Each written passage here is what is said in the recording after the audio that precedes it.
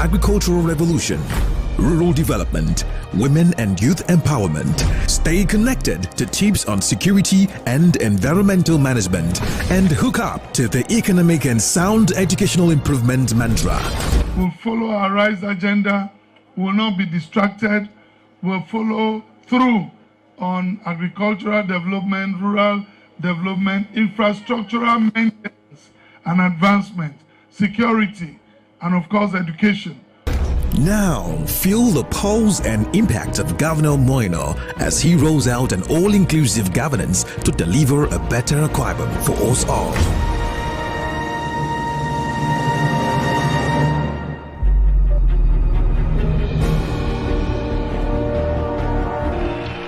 Akwa Ibom, rising. Hello everyone, welcome to yet another interesting episode of Arise Akwa Ibom, your first-hand insight into the transformational story in Akwa Ibom State. This program is brought to you by the Chief Press Secretary to the Governor, Mr. Ikerete Udo. My name is Treasure Esop.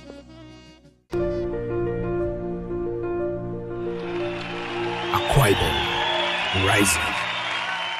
Across Nigeria, rural development often takes the backseat as urban expansion dominates Nigerian government priorities.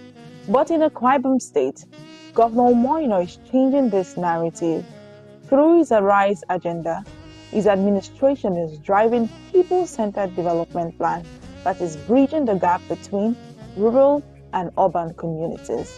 A shining example is the 15.1-kilometer Ikodesu Azumini Road, which is now getting the attention they deserve. Beyond roads, we have healthcare facilities and educational structures that has been remodeled by the administration of Governor Umoino. But before we go into this episode of the show, we will join in Mary Emmanuel, who will take us on the Tidbit segment, where we get to see what the governor has been up to in the last 1 week.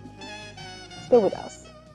Thank you for joining us on the Newsbeat segment of the program. I am Mary Emmanuel. Please stay with us.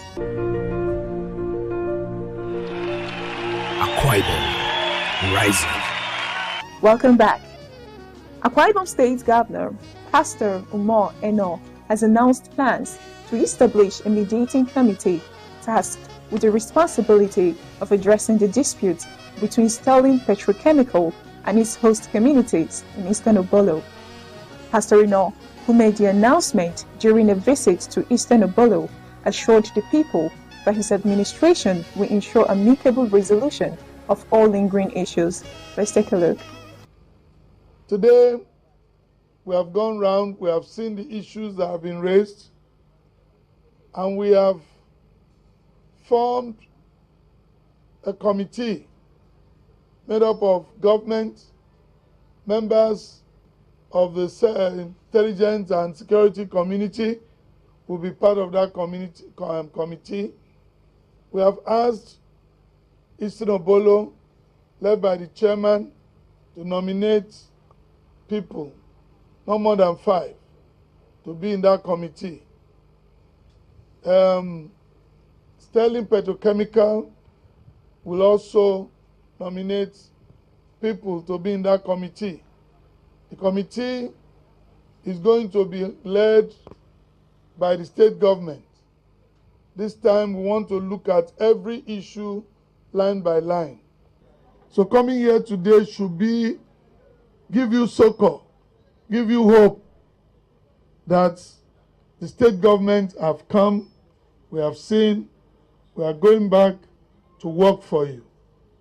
Please, let's maintain peace and let us know that we can only know when trouble starts. Nobody knows how it will end. I am pleased to let you know that Sterling and the company which is now doing a mega project in Eastern Obolo has been in Nigeria for 20 years. We chose Akwa Ibom, Eastern Obolo, for this very project because we consider Akwa Ibom as one of the most prosperous states in Nigeria.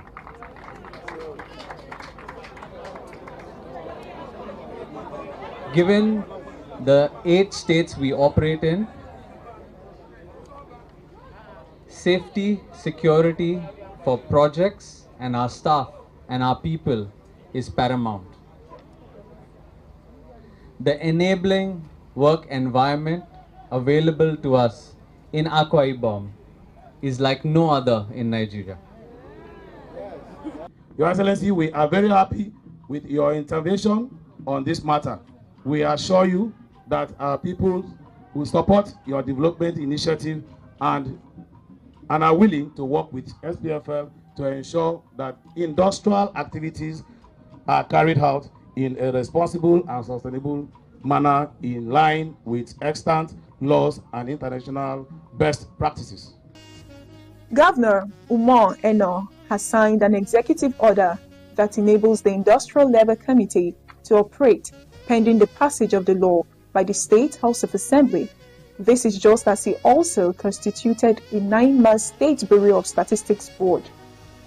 Speaking during the inauguration ceremony of the Labour Committee and Statistics Board held at the chambers of the Government House, Uyo, Governor Eno stressed that the swift constitution of the committees led by Right Honourable Nse Essien and Elder Nse Ekefre respectively is to ensure that employment quota in federal agencies for the state are duly filled and government projects effectively executed. I just signed an executive order number 2 to establish the Akwa Ibom State Labour and Industrial Committee. And that order is to give credence and impetus to the inauguration we're about to do this morning. This committee basically is to promote harmonious and industrial and labor relations in Akwa Ibom State. I'm aware that these committees exist in all of the local government except at the state level. We daily deal with issues of labor. It is not in any way to replace the Ministry of Labor and Productivity. It is a committee that helps in making sure that there is harmony in the way we deal with labor issues in the state. And the power conferred on me as the governor and by the law that establishes the Bureau of Statistics in our state, hereby inaugurates the board of the Bureau of Statistics for Akwa Ibom State in the name of the Father, the Son, and the Holy Spirit.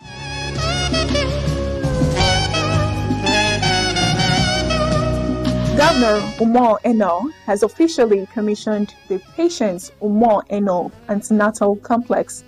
Speaking during the commissioning held at the University of Uyo Teaching Hospital, Pastor Eno stressed that the facility was to honor the memories of his late wife, whose vision was to reduce infant mortality rate and ensure pregnant mothers in the state have the best healthcare services. Let's take a look.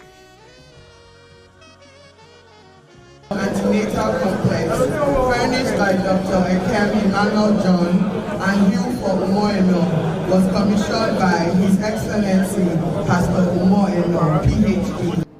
Let me, on behalf of my family, express our deep and profound gratitude to the Chief Medical Director of the University of Uyo Teaching Hospital, Dr. Ememabasi Basi, and indeed the entire management and staff of the University of Uyo Teaching Hospital for this huge honor you have done to my family by naming and dedicating this antenatal complex in honor of my dearly beloved wife and the immediate past First Lady of Akwa Ibom State, Her Excellency Pastor Mrs. Patience Umar Eno.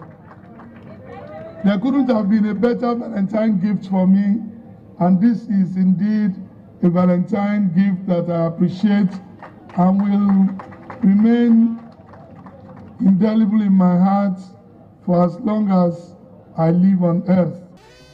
In a related development, Governor Umar Eno has directed the state's Ministry of Health to train and certify traditional birth attendants, TBAs, with the requisite skills that will authenticate their operations in the state. Speaking during the 2025 Traditional Birth Attendants State Convention held in New York, Pastor Eno also added that the certified attendants will be recruited to the state's primary health centers. The traditional birth attendants, TPAs, have been a part of our social fabric as far as the care of pregnant mothers is concerned. And I salute you for all you have done.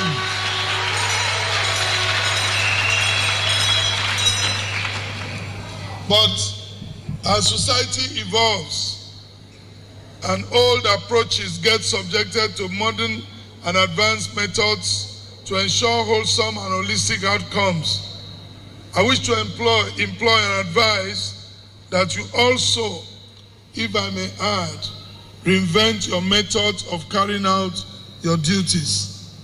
We are willing to partner with you to train, to certify, and to supervise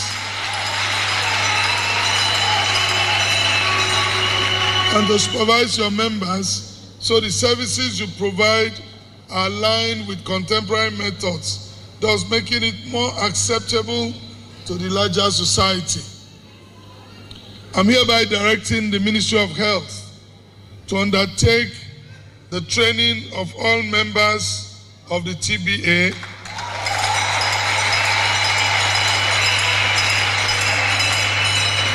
on local government basis, certify and convert them as community health care workers attached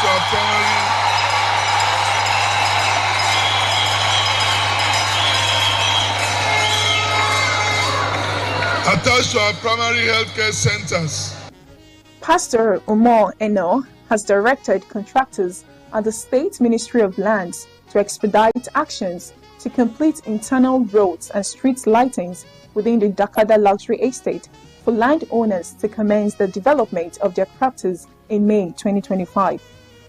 Pastor Eno, who issued this directive at Government House Uyo after a visit to the Dakada Luxury Estate at Udom Emmanuel Boulevard and International Conference Center at Ibom Tropicana, stressed that fixing basic amenities will motivate potential occupants of the estate to develop and start residing there.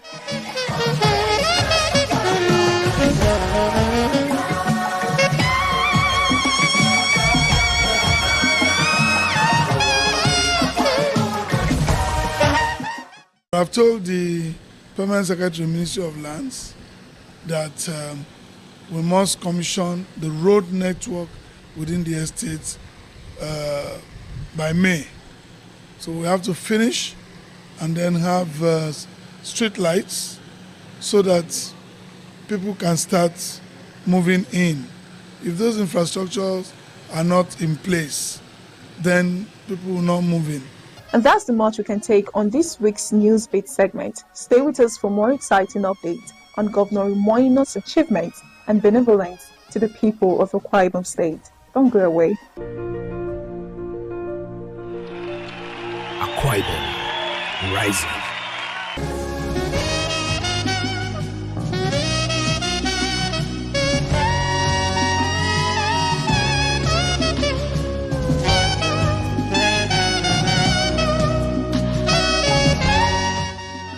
Expanding infrastructural development to rural communities has remained an issue most subnationals in Nigeria are unable to address, as preference for developing metropolitan clusters for improved optics continue to receive the best of priorities. Though the most of what has encouraged rural-urban migration remains in place, Akwa Ibom State under Governor Moino comes handier with a rural development plan that is flattening the curve of needless migration to make livelihood in the rural communities worthwhile. A major pillar of the Arise agenda, Governor Moino, who upon assumption of office promised to tackle development on multiple fronts, has been undistracted at engendering a bottom-to-top developmental pattern that prioritizes inclusion. With over 600 kilometers of economically viable road network spread across the different parts of the state, the governor has remained intentional at ensuring every day counts as gain to Akwa Ibom's robust infrastructural asset.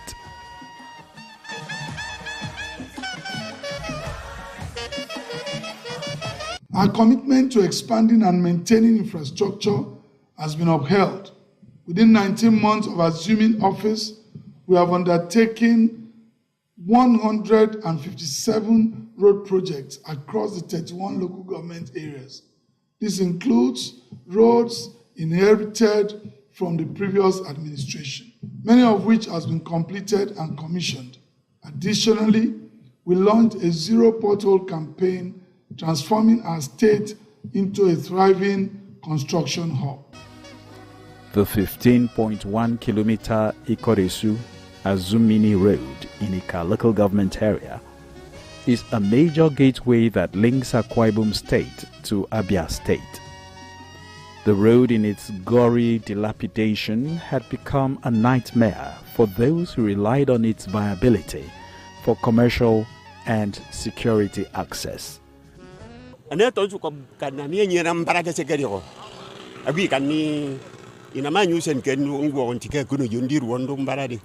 So I was here. Mbo tekbe tie kekbedere keno contract from neri na mya was here onye ketenye tie kenyin Jesus Christ anu no onye mbufiok to ma san kuran so me ke seba imam fina mi kuran government na mno so me ya min ko mo governor mbo nye se so ya ba so dion kenyin bo onye Jesus. Whosoever for assuming we say no like the road, which means he's on his own. We like good. Me, I like good. I like to see good things because since I was born, I never see dicks. This is a new generation. This is life for me. So I so much appreciate it. I like to, since morning, at times we don't jog this morning from here to Iwale, come back. Before I cannot do it. But today, the road is moving on. I bless the government that are doing this, the governor that are doing this, people that join hand for this, God will bless them. All that is about to change, and those whose fortunes were negatively affected are happy that work on the last 2 kilometers of the stretch at Abia State end is nearing completion. Where we stand now is not Akwa Ibom land. This is Abia State. And for Governor Moore, it doesn't matter where it is, as far as it's going to add economic values to the development of Akwa Ibom State, the governor is ready to spend resources and ensure that this smooth communication takes place. As we can see here, the indigenous of this community are very excited that the age-long bond between Abia State and Akwa Ibom State has been fostered by this beautiful road that you can see here now, leading right straight through Ika down to Akwa Ibom State. And this is just one of those promises that Governor Umoino promised when he said he's going to come in and connect the dots and make development more impactful for the people of Akwa Ibom State.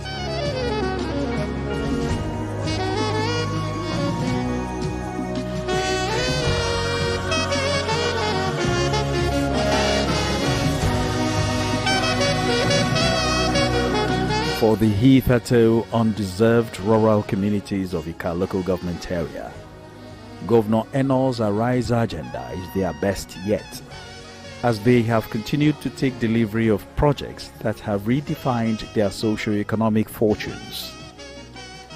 With a model health center and primary school in the listing of its public assets, Ika, like the rest of the state, has more than the Ikoresu Azumini Road to be thankful for.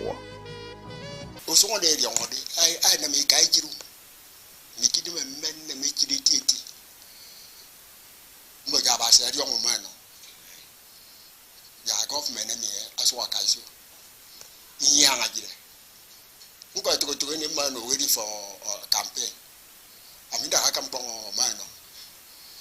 Usunga mo basi eno our dear governor ano omi usunga mi ene ke jaye tieti na musunga mi enya jaya se flejiri san inye ego niki lolonyin kutong po makpa tie ki kam ke urangpo etum tena nyeli liong ida usunga mi jaya. In fact, who can legit the youth, Iban, Iden, and the get the governor, Ite Yagile, Ilionke by Nam Nura Gilemia and Gajaya, and like Gilemia because of Fusum. That is when I say, Young, anime new gum gaining upon Jesus Christ. The Ikorudum internal roads, which the governor promised the Minister of Petroleum Resources, Gas, Honorable Ekwerikwe, is at an advanced stage of completion. A testament to the governor's bipartisan mien and commitment to carrying every community along in his developmental strides.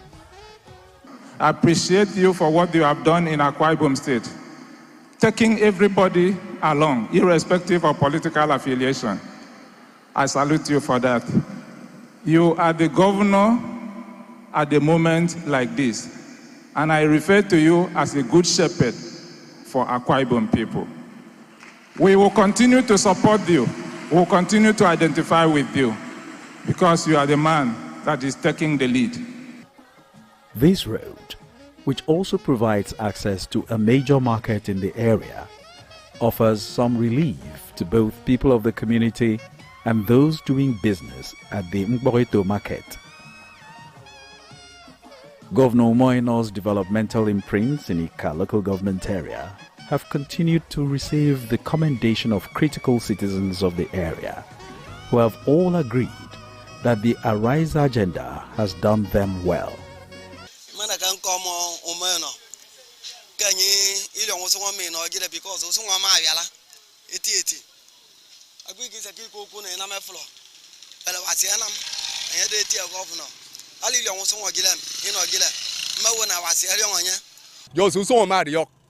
Ajesi kurona ajirisa igwora imeke maida da ise seura anya de mo across the through usongore just ajiriko wa si that Umoeno abasi esi onyi ino ogire the governor Akwa Ibom State sade na tie getonom anu ma anu tie second term songo me wa si dia we ndi on ka se na no we kan ni wari fro bori da mi songo fo na we kan ni wari me gbede bi da e kun te wari fro so bo abasi erion governor ni na mo songo abanton.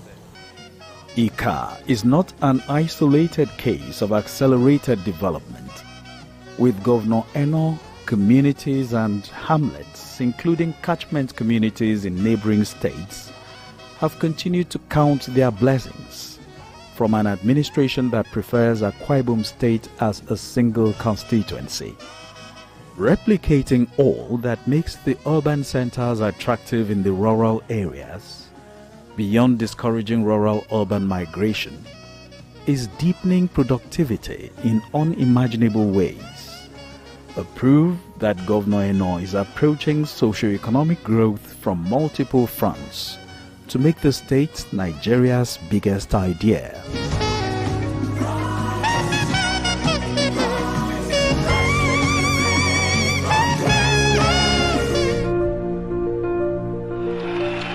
Akwa Ibom, rising. Welcome back. This is still Arise Akwa Ibom, and on the second part of the show, we'll join Samuel Ayara for a special interview session. Stay with us. Akwa Ibom, rising. Welcome to Inside the Arise Agenda. My name is Samuel Ayara. Today won't be any different, as I'm being joined by a US-based sports consultant, ID Uyo. He is a strategy, activation, brand integration, risk analysis, media and broadcast expert. You're welcome to Inside the Arise Agenda. Thank you, Mr. Ayara. Thank you for having me. Pretty good to have you. Thank you so much. To start the conversation, having you tell us, how long have you been around? Yes, I've been in Akwa Ibom now for close to 2 weeks, and it is fantastic. I mean, I've seen the changes in the state. And I have been enjoying it so far, going around seeing lots of the positive developments and the impact of the Arise agenda since I was last here in 2021. Oh, you were last year in 2021. Yes. Then, okay, that so much has probably changed. So much has changed between then and now. But what year did you actually wave goodbye to your fatherland in the journey to the United States? Well, for me, it's been a bit of it's been an off and on experience. I mean, I went to the U.S. when I was, I think, maybe 2.5, 3 years old. And then, of course, I came back, did secondary school. And then I've been coming and going as a professional in the workplace. So I have established businesses in Akwa Ibom State here and there over the years. So I'm not a stranger to Akwa Ibom State. Though based in the U.S. How well are those businesses faring? Some are faring better than others, but we thank God. And we also have an enabling platform. When we started this journey back in 2009, there was no airport at the time. There was no world-class FIFA-approved stadium. The road network was not what it is today. So over time, the enabling infrastructure and the foundation that has been laid by previous administrations has in fact improved the business environment and made it conducive for those of us that continue to find a business footprint here in Akwa Ibom. So it has gotten so much better over the years. It has gotten so much better over the years. But again, I trust that, you talked about doing secondary school here. Then quite a number of people would love to have the bragging right of knowing that Aduyo is an alumnus of their school. So which school was Lutheran that? High School, Oboidum. Oh, I mean, just to avoid confusion, Lutheran High School, Oboidum, Luthesco. That's where, there is no, it's just, everybody else is contending for second place. But, Lutheran High School, Oboidum. I'm just a very proud alumni. And what we've been able to achieve, the Old Boys Association, and I'm just so proud to have gone there. Interesting. And then we would also have you talk about, it could also be a good platform to talk about businesses. You asked how they're faring and said some are doing better. So would have you tell us what businesses Aduyo has in Akwa Ibom State? Yeah, so we started off in the technology sector. I read computer science and engineering, and so my background has been in technology, but my passion has been and is in sports. Sports marketing, sports media, and that's what we do. We do quite a bit of work with the Super Eagles, who now play their home matches here at the Godswill Alberta Fabi International Stadium. And we do quite a bit of work in the sports marketing space, sports events, sports media, sports marketing, brand activation, brand integration as it relates to sports. Also, we are trying to develop sports talent in Akwa Ibom State. The most decorated Olympian in Nigerian history is from this state, Mr. Nephiel Udobon. He's from here. Akwa Ibom State, population-wise, is not as large as places like Lagos or other states, yet we have produced the 2-time Female Footballer of the Year, Cynthia Uwak. She's from here. The 2009 captain of the Under-17 victorious Eaglets that won the World Cup, beating Spain in a penalty shootout, Kingsley Udoh carried that cup. He's from here. And of course, the senior team, William Truce Ekong, wears the captaincy band of that team. He's from here. So Akwa Ibom State has quite a bit of potential in sports. And let me not also forget Ms. Ofiolede, who is the 5-time Olympian. I was at the Olympic Games in Paris 4 months ago. I saw her. She is the All-Africa Games champion. She's won everything. The mother is from Etina, and the father is from Cross River. She built her house here in Akwa Ibom State. So one of the things we do is we try to help to develop and nurture a pipeline of athletic talent, to give them scholarships to go and study abroad, given the fact that we know that there's so much sports talent in Akwa Ibom State. So we help to develop these young people to take advantage of those opportunities. Okay, much to do about bettering their lives with these opportunities. We understand there are quite a number of reasons to leave. And then Governor Umano has come to also make people find the reason to stay. Let's have you bear your mind on your appraisal of Governor Umano's administration. It has been 20 months down the line. How well has the governor performed? I would look at it in different stages. Let's go. This government has built on the foundation of the previous government that was here. I have known this governor since 1998. And yeah, I've known him. I've done work at his, I've hosted conferences at some of his facilities, some of his hotels, and he's always been very progressive. And it is not surprising at all that he has carried that progressive vision from the private sector into the government sphere. And his administrative footprint is in fact showing that. From where I sit, I can see the changes. And let me just give you a few examples. For instance, he has prioritized healthcare for the elderly, geriatric care. He has done that. He has committed one major project for each local government. Whether you voted for him or not, he is bipartisan. He does not look at that. What he looks at is the development of his people and the development of the state. So we've been able to see that progress, that non-biased progress in development. I come from a Sutanik clan, and he built and commissioned a health center for our people. And, I know how nursing mothers used to suffer before this. So from what I'm seeing, and then, of course, being into sports, I learned that he has also from time to time bought entire matches at the stadium. So the people who normally would not be able to see the national team play can go and see the national team. That's on a separate angle. I can now go from my local government to Uyo and have solar lights the entire way. This used to be a very dark drive. So, everyone has different experiences with the government, but from where I sit, I can see tangible development, and I'm very, very pleased that we have a progressive governor. The same Umoino I've known since 1998 as a progressive has carried that progressive vision into his governing style.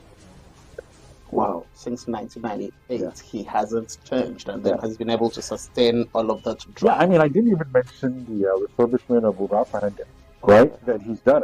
That is, two different types of development. Umoino has focused, you have the development, what we call elite development, and you have the development of the grassroots. Pastor Umoino has focused on the development of the grassroots, from the grassroots up, and that has the most impact on the masses, at least from where I sit. Well, from where you sit, let's look at where you sit as it concerns the rural development mandate of the Governor's Arise agenda. Times there were when government was more fixated with taking development, with concentrating development around the city centers. But with one, you talked about one project by local government. It is actually at the moment two. And they're going around the second one and all of that. But now let's look at Akwa Ibom State with the way the governor is driving this rural development narrative. Let's look at Akwa Ibom State beyond the Umoino's governorship. How well are you already projecting our rural areas to fare? I'll answer that question this way. As someone that lives in the diaspora for the most part, Umoino has addressed us in Atlanta. He has come there, and he has encouraged those of us in the diaspora to come home, to be a part of the development cycle at home. If you have ideas, let's hear them. Bring the ideas to bear. The state has an enabling environment. By enabling, I mean great road network, international airport, world-class roads, world-class hotels, five-star hotels like the Sheraton. It's got everything. This governor has focused on human capital development because in any organization, any society, your greatest asset is your people. So if you look at what he has done with the youth, in some cases providing stipends for the youth, and these youth come from different parts of the state. He does not care where you come from. And so he has focused on the human capital element in addition to local and rural development. So, and if you look at the Arise agenda, well, it's almost like we're just getting started. This Arise agenda continues to go. For instance, we've seen images of some roads and areas in certain parts of the state, not the state capital, where cars have not been able to go past this road for years. because of the erosion menace and so on, he's tackled those things. And not to talk of the work he's done in developing these primary schools and refurbishing them for our young people. Governor Umar, from where I sit, has focused on human capacity development, and he does not care where you're from, and it does have impact on the grassroots. Wow, great appraisal. But again, let's still stay there and have you talk about ease of doing business. It doesn't just begin and end with having a governor or a head of government come meet diasporans and have them please come back home and invest. How easy has it been for diasporans to return to Akwa Ibom and actually have their businesses? Yeah, so anytime, if we're being honest about it, anytime you embark on a business, there's a certain amount of risk tolerance you must have. You have to be ready to lose as much as gain. You have to be realistic about the possibilities of that business in that location. We have chosen a business where we believe that we have a very good chance of success because we have the enabling environment. The governor has provided that. Now, there are always challenges in any business. And just like any other business, we do face some of those challenges. Whether the challenges are driven by finding the right personnel, whether the challenges are driven by other environmental factors, we do face challenges. But considering the fact that for what it is that we do, we did not choose Lagos, we did not choose Port Harcourt, we did not choose the Federal Capital Territory. We chose here because we believe all the ingredients and the elements of driving successful outcomes of a business are in fact present here in Akwa Ibom State. Wow. My guest is ID Will. He is a US-based sports consultant, has his hands in quite a number of things. He has been bearing his mind on the strides and achievements of Governor Umar in the last 20 months. But I still return to him.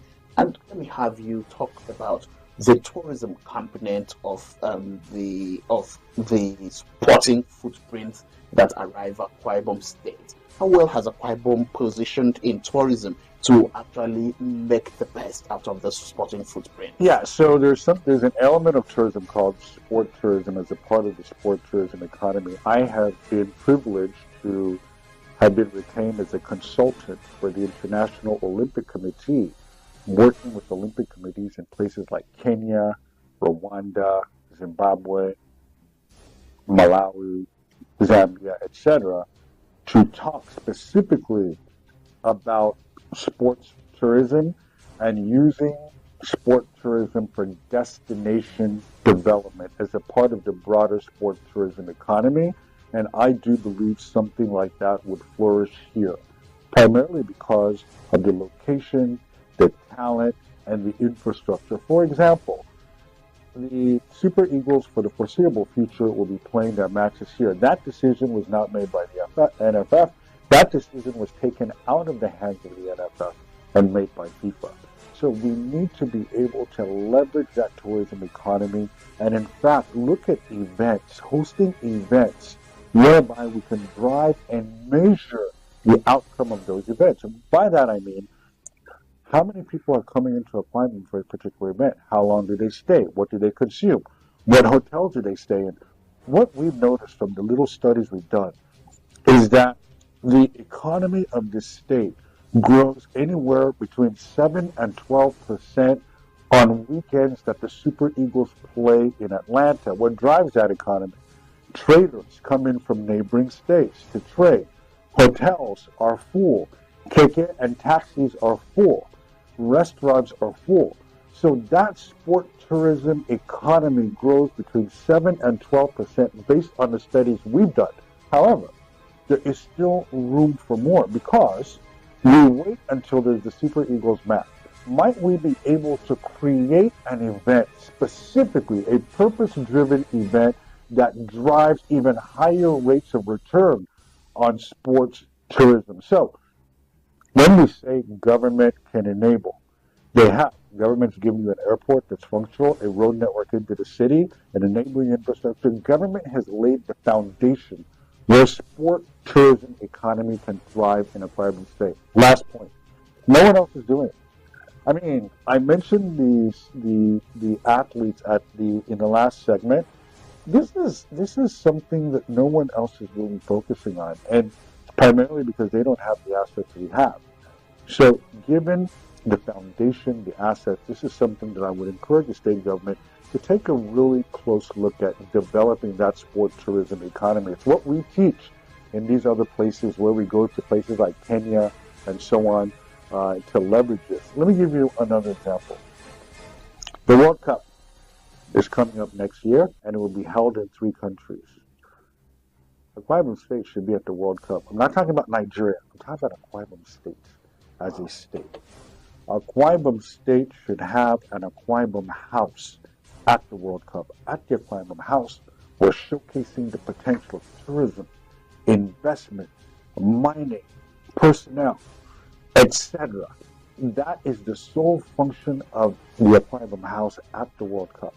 Because you know that at an event like the World Cup, it's not about soccer, it's not about football.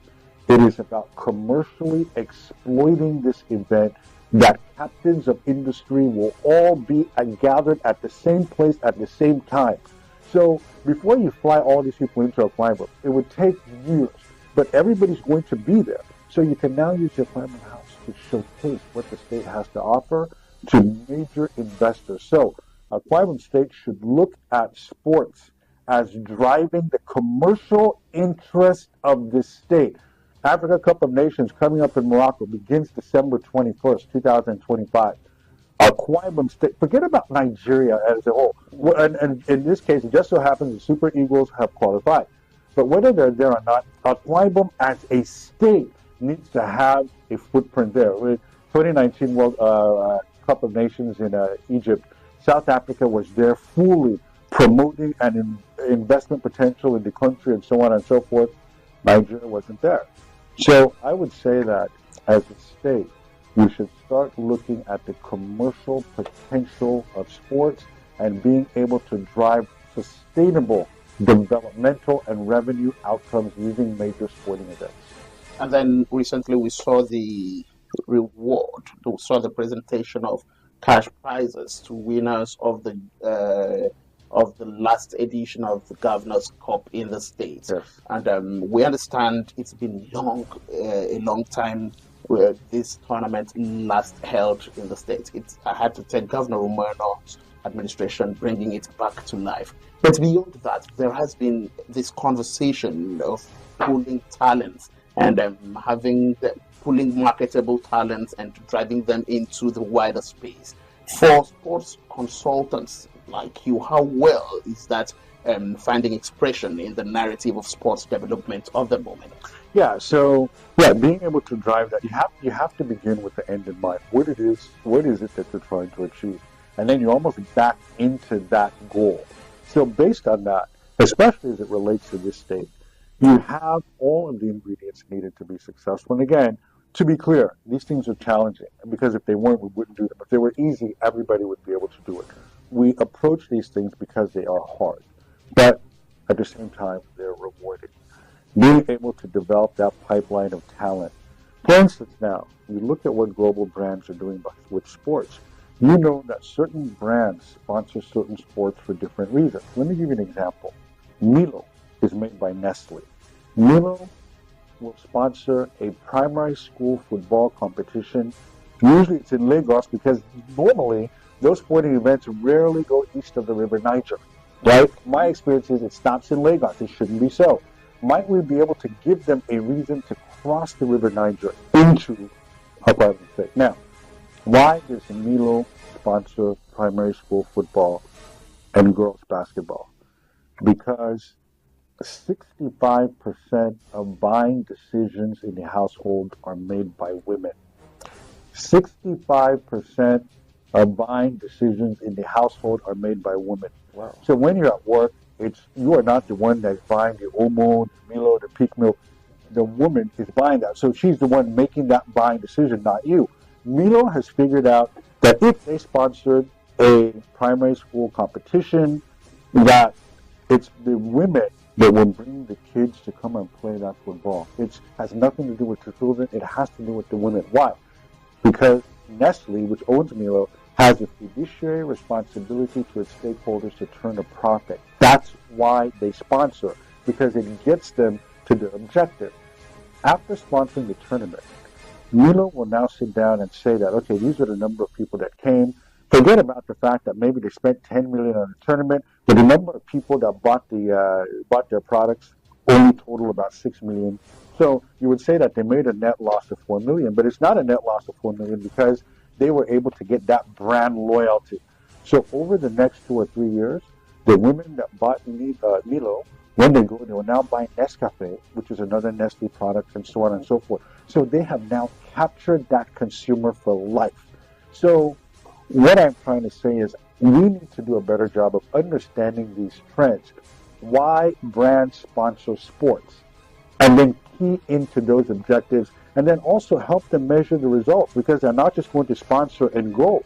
They need you to help them measure the results. You will now be able to say, this primary sports tournament you sponsored, these are the number of children that came out, these are the number of women, this is how much product you're able to, so that next year you now renew that sponsorship. So what I'm trying to say is that as we look at sports, let us rely on data to drive some of the results that we're looking for. All right, let's begin to pay attention to data, and if you must drive all of those achievements we so aspire. But now, okay, you've sufficiently dwelt on sports development and what it holds for our people and the prospects our states can leverage. But let's now also have you speak to the poor people disposition of government. It doesn't just mean that you have an administration that is committed to all of these but doesn't pay so much attention to the people across the different rungs of stratification. How well has Governor not been able to balance people at balance attention for people at the lowest rungs and people at the in the leadership class? From where I sit, I see the governor will go to an event and he will give a speech, but he will now move off script and switch to the vernacular to make sure that he is reaching the target audience of that speech. It is not window dressing. The governor will make sure that he is properly communicating with the people that speech is intended to reach. This governor has had quite a bit of experience and in the private sector, so he has dealt with all stratospheres of society at all levels. And he is governing and driving development at all stratospheres in the society. And it reflects in his speeches, in where he goes. I mean, the governor can get out of the junction and then begin interacting with the citizens of the state. From what I see, the governor is not someone that, you come and tell him something. He wants to go out and see. He wants to talk to the people. He wants to talk to the masses, and he feels comfortable engaging with the masses, and that's what we want in our leader. That's what we want in our leader. That's what even diasporans also want in our leader. Yes, that's right. That's exactly right. Interesting. So as we begin to wind down on this session of the show, let's have you talk about Governor Umar in the eye, from the eye of the diaspora. And assuming that you have not been here to see all of these things for yourself, what's the perception an average Akwa Ibom diasporan has about the governor? Yeah, so the average diasporan, for this governor, he has come to the diaspora. He has won the respect of the diasporans. He has called for diasporans to be unified. He has said that whether you're an Akwa Ibomite living in Akwa Ibom or outside, he represents you as an Akwa Ibomite. And he has encouraged diasporans, in addition to being united, to find ways in which they can join hands in the development of the state. We find that this governor is a man of his word, and he has built on the successes of the previous administration. So he has not come in and torn everything up. He has been able to leverage the gains of successive administrations and carry on. And the diasporans love his non-partisan nature. He does not care what tribe, what ethnic, this, that, what political affiliation you have. those things do not factor into his decision making as primary. When he is, if you know you can do something, he will in fact ask you to do it because he's interested in outcomes, results. And that's what continues to drive the decision making of this governor. And the diaspora see that, and we believe that what we see is in fact true. And from what I've seen on ground, it absolutely is. All right, it is some months to 2 years since he got in the saddle as governor of Akwa Ibom State. From 1998, when you knew Governor Umar till this moment, how much has changed about him? From what I know of him, I mean, he's always been a down-to-earth person. He will, anytime you call him, he picks the calls. I've always found him to be very, very relatable. He's very compassionate, and he's extremely bright. I mean, this is a very bright guy. I mean, so yeah, he's, so not much. I mean, he's, the same person I knew 20-something years ago. He's the same man that you see now. Very humble, very basic, very relatable. And it's good to see that being a governor has not changed him. And I hope he continues. I mean, we have an election coming up in 2 years and 4 months. And I'm hoping that he gets a second term because from what I've seen, I'd like for this to develop. And I can't speak for anybody else because it's one man, one vote. But I can speak for my vote. And I will, in fact, be endorsing him more for a second term in office. Oh, definitely. Pretty brilliant. That's a good one. Endorsing the governor for a second term in office. And then we trust that you won't just end with speaking for yourself. You can also talk to Akwa Ibom people. Earlier on, you had... very happy to campaign for the governor. Yeah. But again, campaigning for the governor based on results. We've seen results. I mean, so as you're campaigning, you have what's known as social proof. Social proof is when the results are there for everybody to see, not just on paper, but you can actually see the tangible results. Forget about the intangible things that are on paper. What can we see? And there's a lot to see. So the social proof is there. So this will be one of the easiest campaigns that I've been a part of. Interesting. So as we draw the curtains on this edition of the show, next to you, talk to Akwa Ibom people like the governor does in the language they understand. Tell them why they should continue to support Governor Umar.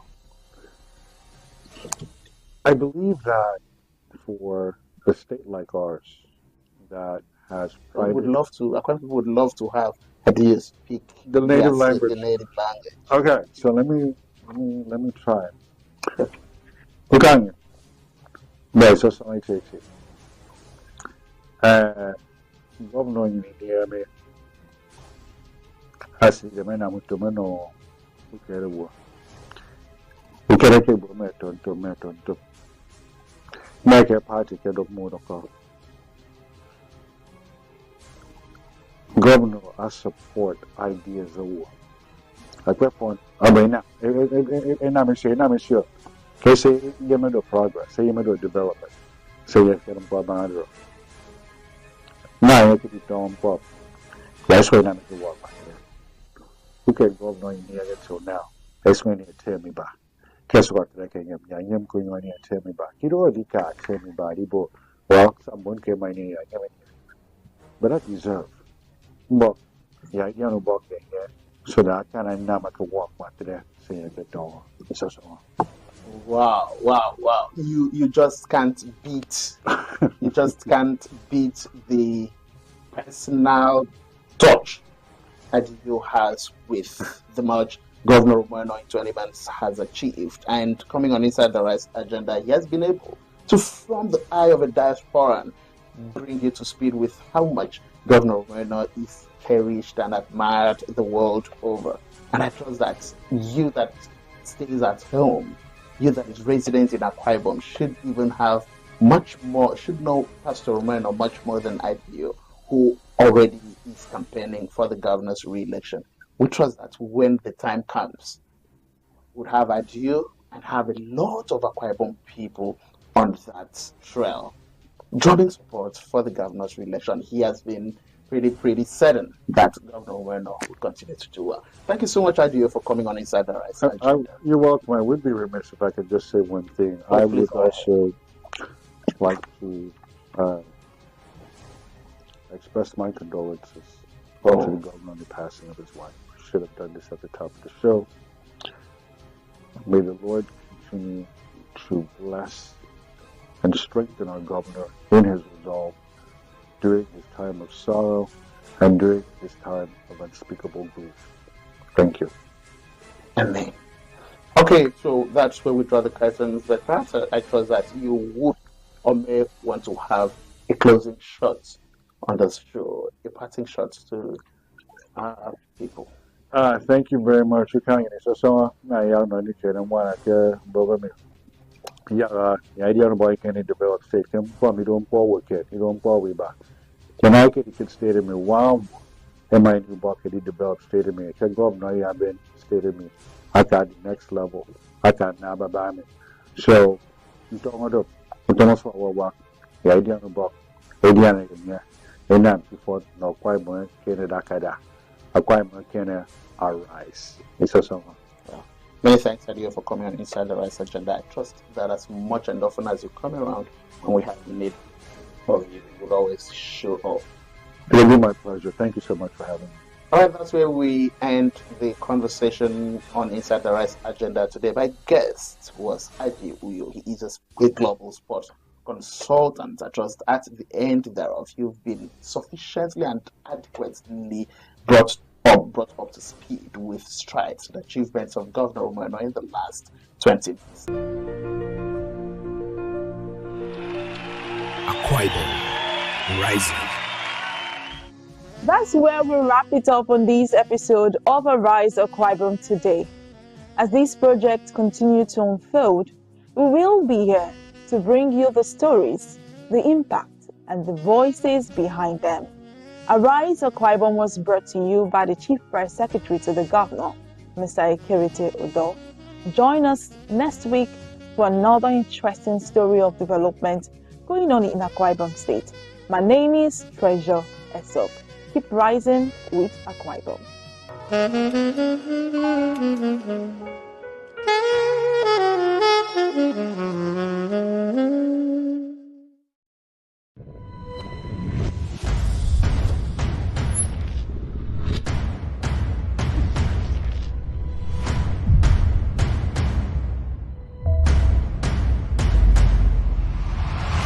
ADBN, Advocate Broadcasting Network. In a world of overwhelming voices where everyone has different opinion on different issues, it is important that we bring the core issue to the fore. Join me, Nancy Banigo, on Softline as we lend our voices to inform and influence your thoughts and actions. This is not just mere talk, it is an invocative program that touches the core of our existence.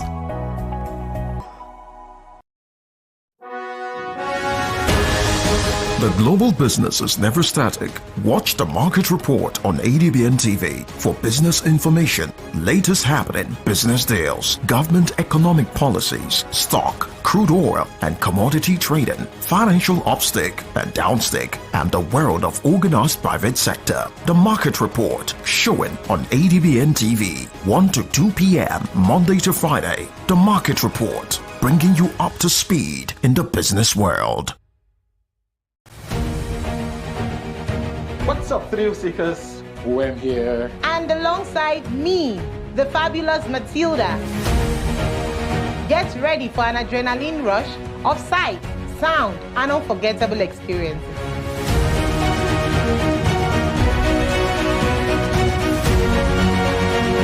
Don't miss your chance to experience the events like never before. Event 360. Your passport to the world's hottest event. Only on ADBN TV.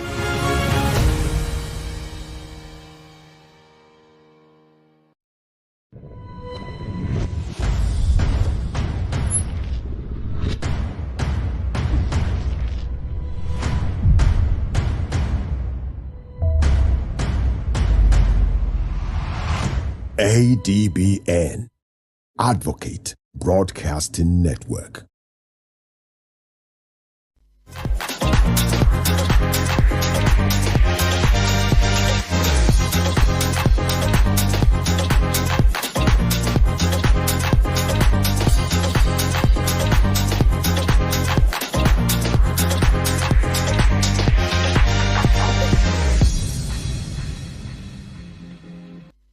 Good evening and welcome to an electrifying moment of glamour and action.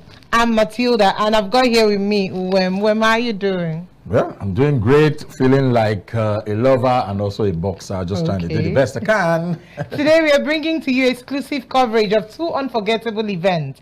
The grand opening of the exquisite D31 residence by Eliana Elio Hotels, where elegance meets sophistication, setting a new standard for luxury living. And right after that, brace yourselves for the thrill and adrenaline of the St. Valentine's Massacre.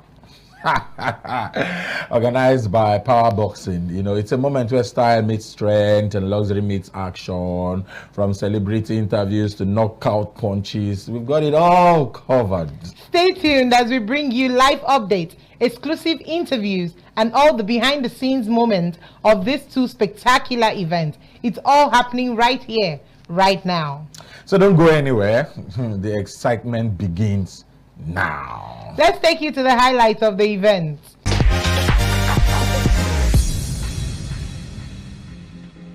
Live here at D31 Residency by Eliana Elio Hotels here in our housing estate, Uyo, Akwa Ibom State, South Nigeria. So you in London, you in Lagos, you in Abuja, you in Abidjan, wherever you are watching, I'm going to be showing you the glitz, the glamour as far as this event is concerned. I'm going to show you the beddings, I'm going to show you the rooms, the conference centers, the pool, and all the services that they've got to offer.